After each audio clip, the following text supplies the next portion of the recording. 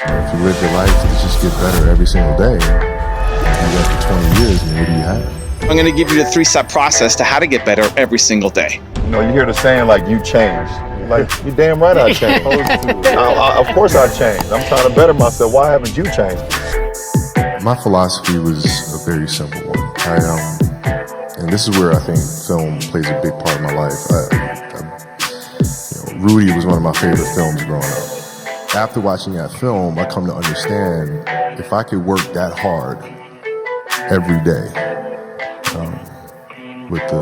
being blessed with the physical tools that I have, what would my career be? And I made a promise to myself from that day that I was going to work that hard every single day so that when I do retire, I have no regrets. And that was the most important thing for me, is to leave no stone unturned, get better every single day. And if I lived that way, then over time, I'd have something that was beautiful. But that was my philosophy. It seems like a pretty simple one, but if you live your life to just get better every single day, and do that for 20 years, I mean, what do you have? I always think that there's two types of players who love to win and players who hate to lose. Which one are you? I'm neither. Meaning?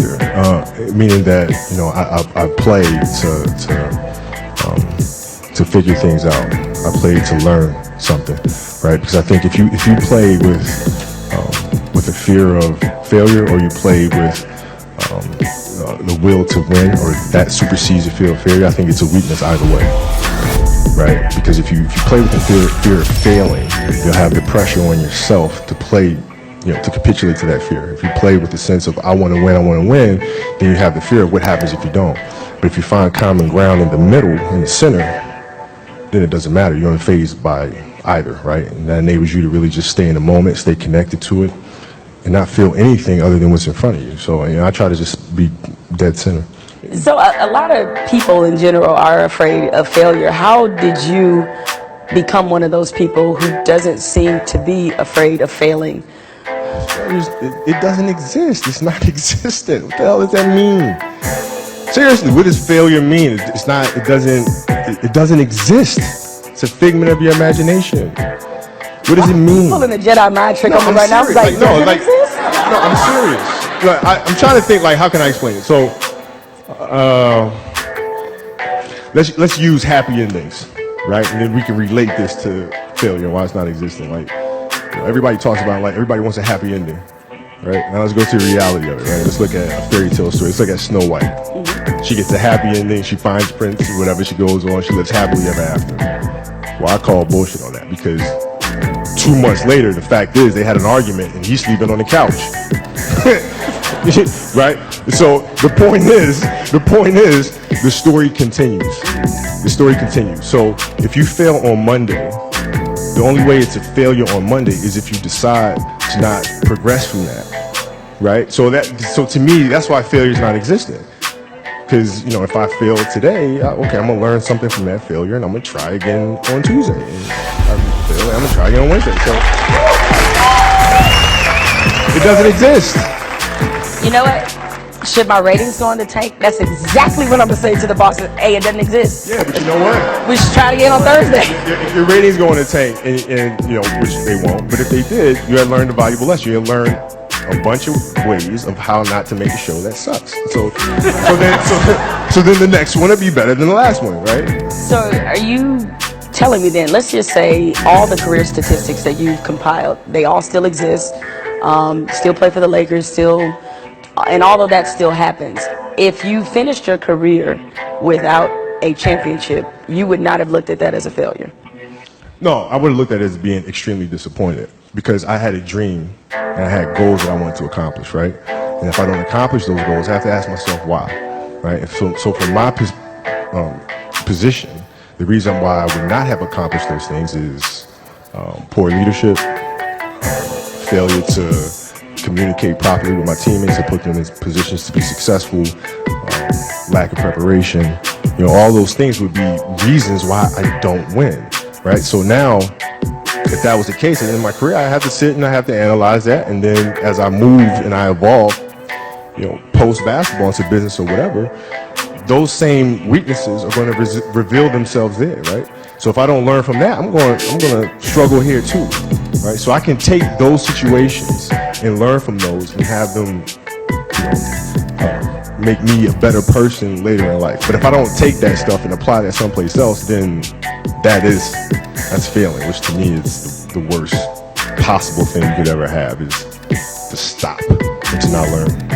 If you live your life to just get better every single day, and do that for 20 years, I mean, what do you have? I'm going to give you the 3-step process to how to get better every single day. You know, you hear the saying like, you changed. Like, you damn right I changed. Of course I changed. I'm trying to better myself. Why haven't you changed? My philosophy was a very simple one.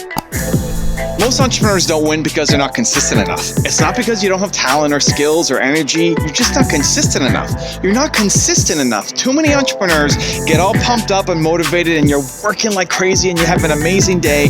And then the next day you wake up and you're back to your normal life.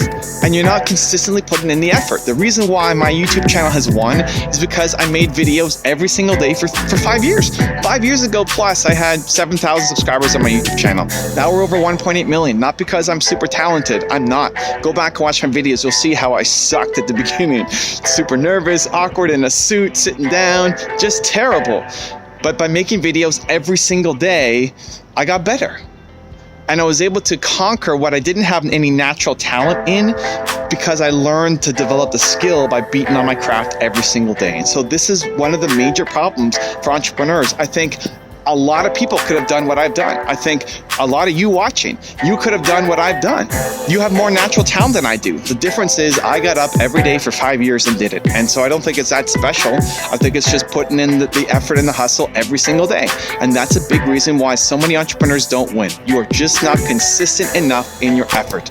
And so I'm going to give you the 3-step process to how to get better every single day. Step 1 is you need to have a powerful morning routine. You need a powerful morning routine that gets you set up for success. Most people hit the snooze button as their first thing in the morning. You're never going to win. Successful people don't hit the snooze button. And then after that, some people wake up just like an accident. You wake up, you fall into your day, you look at your phone, and you start responding to other people's emergencies. You need to figure out, what does an intentional morning look like for you? What is the thing that makes you feel bold, unstoppable, confident, alive every single day, and then put that into your morning routine?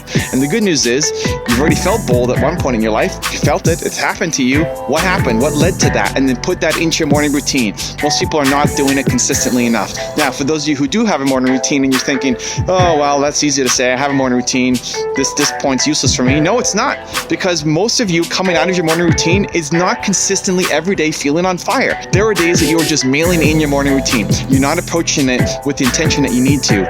And so I had a woman come up to my workshop in a couple cities ago here on my tour. And she said part of her morning routine is to pray. And so through prayer, she gets the connection to God, and then she gets motivated for the day. Great. And I asked her, are there some days that you just mail in your prayer, you're not actually focused on it, you're thinking about something else, and you don't feel bold and unstoppable coming out of it? Like, yeah, that's actually most days. That's the problem when you set up a morning routine. You get bored of your routine. You get bored of the routine, and then you're mailing it in, and then you're not feeling the feeling that you need to coming out of it. And so if that's you, take 5, 10, 15 seconds before you start your morning routine and remind yourself of what you're doing. Remind yourself of what the intention is coming out of this morning routine. You need to finish your morning routine, whether it's a 5-minute routine or an hour and a half, I don't care, but you need to come out of your morning routine feeling bold, unstoppable, and ready to start the day. That is not happening for most of you. And if that's you, just imagine if you change that, and every day you woke up and you did the thing that made you feel bold, unstoppable, and powerful, holy crap, your life would look so different 1 year from today if you did that every single morning. Step number 2 is make yourself proud today. Do something that will make yourself proud. What I try to do is I go into thinking every day, I want to make myself proud today. I want to be proud of the effort that I put in today. I want to, before I put my head on the pillow, think today meant something. Today meant something. Today mattered. I'm making these videos. I want them to matter. I may not always achieve my objective. It may not always happen. Maybe I suck today. Maybe I'm not on my game. Maybe I'm stumbling. Maybe I don't make a video that ends up crushing it. But it's always my intention. I want to be proud of the effort that I'm putting in today. And I guarantee you, if you took that approach every day, that before I hit my head on the pillow tonight, I need to make something that I will be proud of. Again, I guarantee you, if you took that approach every day for the next year, your life will be dramatically different than where you are right now. And step number 3, 3 is flip patience and impatience. Too often, we are patient with ourselves and impatient with the results. We want things to happen immediately. We want it to happen ASAP, but we're patient with ourselves. So yeah, we could take today off, or I don't have to make today important. You're patient with yourself. I deserve a break. Well, you want to flip it. You want to be impatient with yourself and patient with the results. You need to know that to get to your goal, it's going to take a lot of work, that it's not going to happen overnight. But be impatient with yourself, that today you're going to give everything you've got to move one step closer to your goal. When you flip impatience and patience, when you understand that this may take you a couple years to go off and create something amazing, but that every single day you are going to bring it and get better, again, your life will start to change. So that's my 3-step process.